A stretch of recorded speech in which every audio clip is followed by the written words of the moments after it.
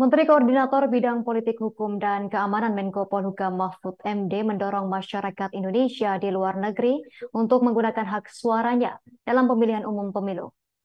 Mahfud MD pun meminta warga negara Indonesia mensukseskan pesta demokrasi yang akan berlangsung pada Februari 2024 mendatang.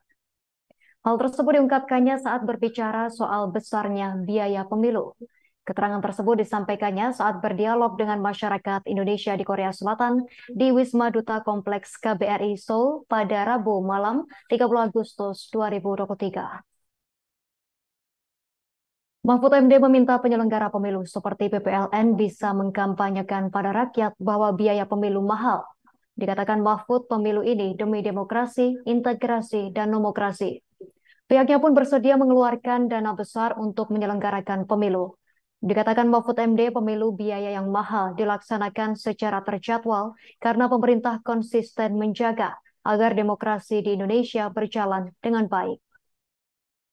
Mahfud MD mencontohkan pengalamannya ketika berkunjung ke sebuah negara di Eropa Timur pada 2007 lalu. Dikatakannya jumlah masyarakat Indonesia di negara tersebut sangat sedikit.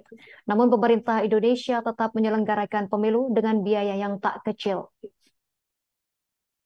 Dalam sesi dialog, Mahfud MD menjawab pertanyaan mahasiswa tentang respons anak muda yang diduga tak akan antusias mengikuti pemilu karena kualitas para calon termasuk calon legislatif.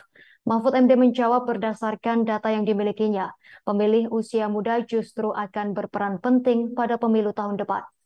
Dikatakan Mahfud MD, pemilu untuk mencari pemimpin terbaik di antara para calon yang ada, yang mungkin saja dinilai jelek oleh pemilih.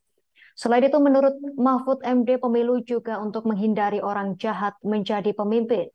Dalam kegiatan tersebut, Mahfud MD didampingi Duta Besar Republik Indonesia di Seoul, Gandhi Sulistianto.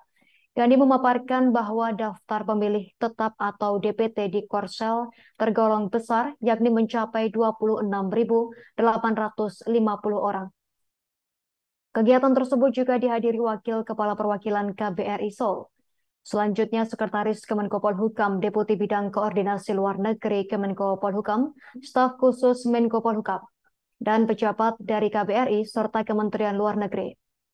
Sementara itu dikutip dari laman indonesiabaik.id, untuk pemilu 2024 negara menyiapkan dana sebesar 76 triliun rupiah. Dana tersebut telah disepakati antara DPR, pemerintah, dan KPU. Selain dipakai untuk operasional penyelenggara pemilu, anggaran tersebut juga untuk membiayai seluruh tahapan pemilu, tak terkecuali tahapan kampanye.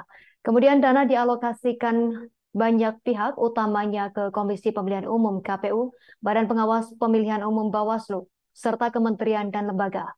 Terima kasih sudah nonton. Jangan lupa like, subscribe, dan share ya.